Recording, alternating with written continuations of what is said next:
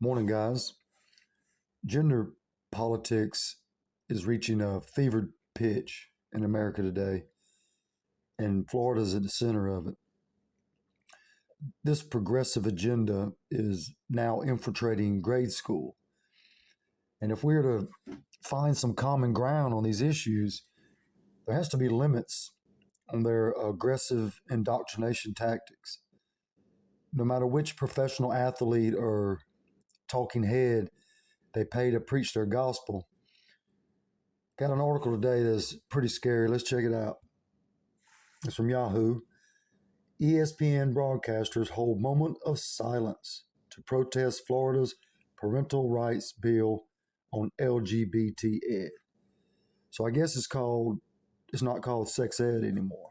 But anyway, several ESPN broadcasters on Friday participated in an on-air moment of silence to protest Florida's parental rights and education bill, which would prohibit classroom instruction relating to sexual orientation and gender identity for students in kindergarten through third grade.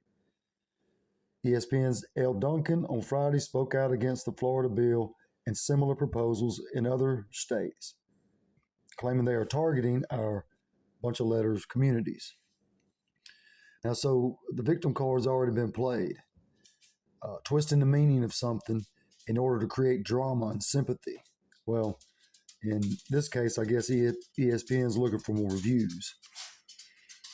It goes on, we understand the gravity of the legislation and also how it's affecting so many families across this country. And because of that, our allyship is going to take a front seat, she said. Now, how could they understand the gravity of a bill if they don't even understand what's in the bill? Plus, how does a bill that's targeted at, 5% of the state's population, which is less than 1% of the U.S. population, how does that affect so many families across the country? It's a bit dramatic, don't you think? And with that, we're going to pause in solidarity. Meanwhile, ESPN's Carolyn Peck and Courtney Lyle took a 2-minute long moment of silence during the NCAA women's tournament on Friday to protest the bill. Well, what else do they have to do? There are things bigger than basketball that needed to be addressed at this time. Our friends, our family, our coworkers, the players, and the coaches in our community are hurting right now. Now, I guess you notice that these are all females here. And I can think of a lot of things that are bigger than women's basketball. There's any football game rerun. There's men's soccer. Oh, yeah, and there's also cutting my toenails. But down here at the bottom, it says our bunch of letters teammates at Disney asked for our solidarity and support. They asked? You sure they asked? Let's see about that. Staffers at Disney, ESPN's parent company. Oh, so Disney owns ESPN. Oh, okay, I see. Okay. They planned to hold walkouts last week and this week to protest the measure. Disney CEO Bob Chapek said he and other Disney executives called Florida Governor Ron DeSantis earlier this month to express our disappointment and concern that if legislation becomes law, it could be used to unfairly target gay, lesbian, non-binary, and transgender kids and families. Chapek first came out against the bill during the company's annual shareholders meeting when he announced Disney planned to donate $5 million to LGBTQ groups. Now, see, they use words like targets and effects, to hide the true meaning of the bill. The legislation is meant to give parents more control over what's taught to their children, specifically 5, 6, and 7-year-olds. I mean, how could anyone oppose that? The bill passed state legislation earlier this month. DeSantis is expected to sign the bill into law. Chapek said DeSantis agreed to follow up conversation and was very open to hearing him out. However, while progressive opponents of the legislation have labeled the measure the Don't Say Gay bill, Republican State Senator Dennis Baxley who spearheaded the bill, said it is intended to restore authority to parents who are better equipped to address the topics of gender identity and sexual orientation in early stages of childhood development. Now, this governor has more patience than I do. The CEO of Disney said he was very open to hearing him out. Well, maybe it's the revenue they bring into the state. But whatever the motivations, common sense tells you that sensitive subjects like suicide, depression, and gender identity should be left to parents and professionals, not math teachers. DeSantis pushed back against a reporter's use of "Don't Say Gay," titled during a press conference last month. Does it say that in the bill? Does it say that in the bill? I'm asking you to tell me what's in the bill because you're pushing false narratives. When the reporter responded that the bill prohibits classroom instruction on gender identity and sexual orientation, DeSantis pushed back. For who? For grades pre-K through 3, so 5, 6, 7-year-olds.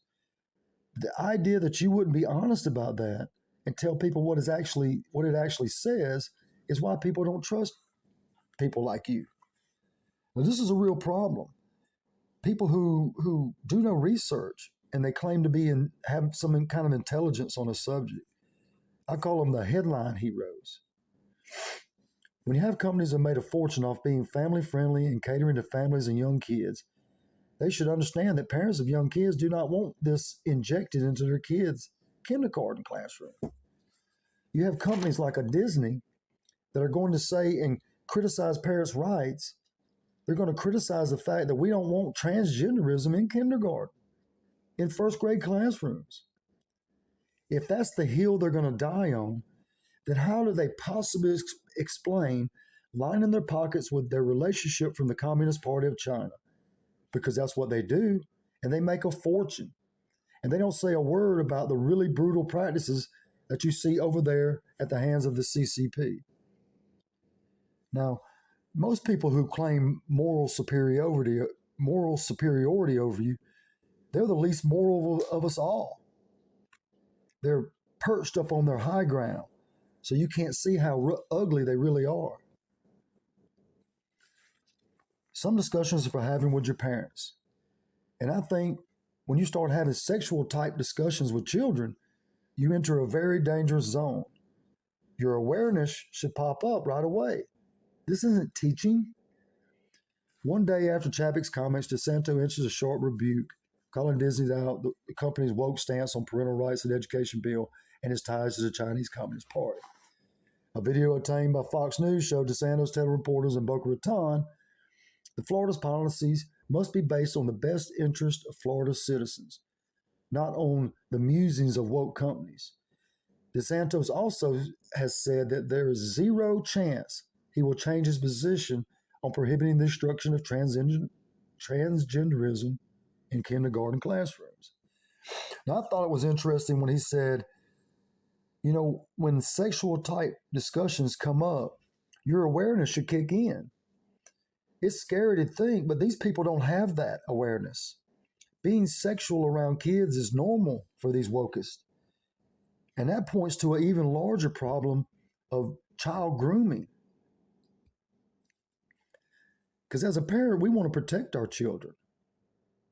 We also want them to grow up and be happy, productive people. Now, they would change their mind a million times along the way.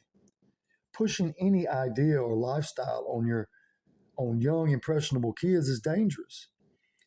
I've seen good athletes get burned out from being pushed too hard.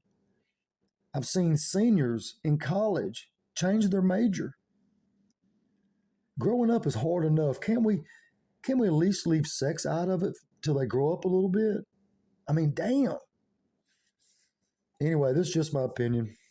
I hope you enjoyed it. Talk to you soon. Peace.